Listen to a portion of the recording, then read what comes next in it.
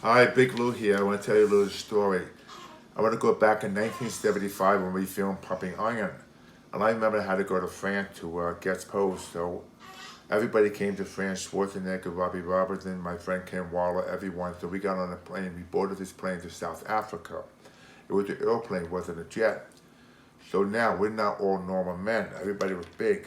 So I remember I was sitting in the seat and my cat was sitting in front of me.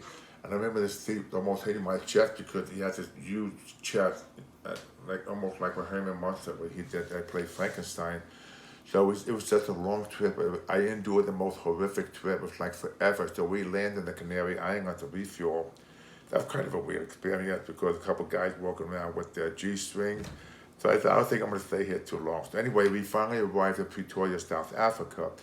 We were hungry, so we arrived at this hotel. This hotel had the best buffet I've seen in my whole life, but we couldn't eat because I think about 5 days later with the competition itself. So between the animals, the lions and tigers, and the buffet, we managed to survive the whole week of not eating but dieting. But it was a great experience because I remember laying in the sun. I probably got a suntan maybe just one day because the sun was so hot. This was November. So November in Africa was like the beginning of summer. And the people were so nice back then. They called it like California of the South. And beautiful experience because the people were generous. And I remember afterwards we went to the National Kruger Game Farm and to get a chance to see the animal. It was like a 6, 7 hour bus ride. And it's a great experience. But this was like 40, 60 years ago. I know things have changed in South Africa, but back then it was a great experience because it was the first time everybody from Gold Gym, myself from New York, all get together, eating, hanging out together. It's a great experience, especially Artist Zeller, the photographer, all these different people. And it brings back great memories. We were hoping that this movie will raise some attention.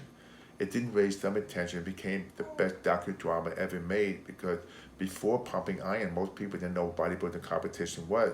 So when Pumping Iron came out, it was like the grand finale of bodybuilding because it changed my life. It changed a lot of people's lives. I'm very thankful because George Butler and Charles Gain, they wrote a book called Pumping Iron, was the bestseller. Then they decided to do the film.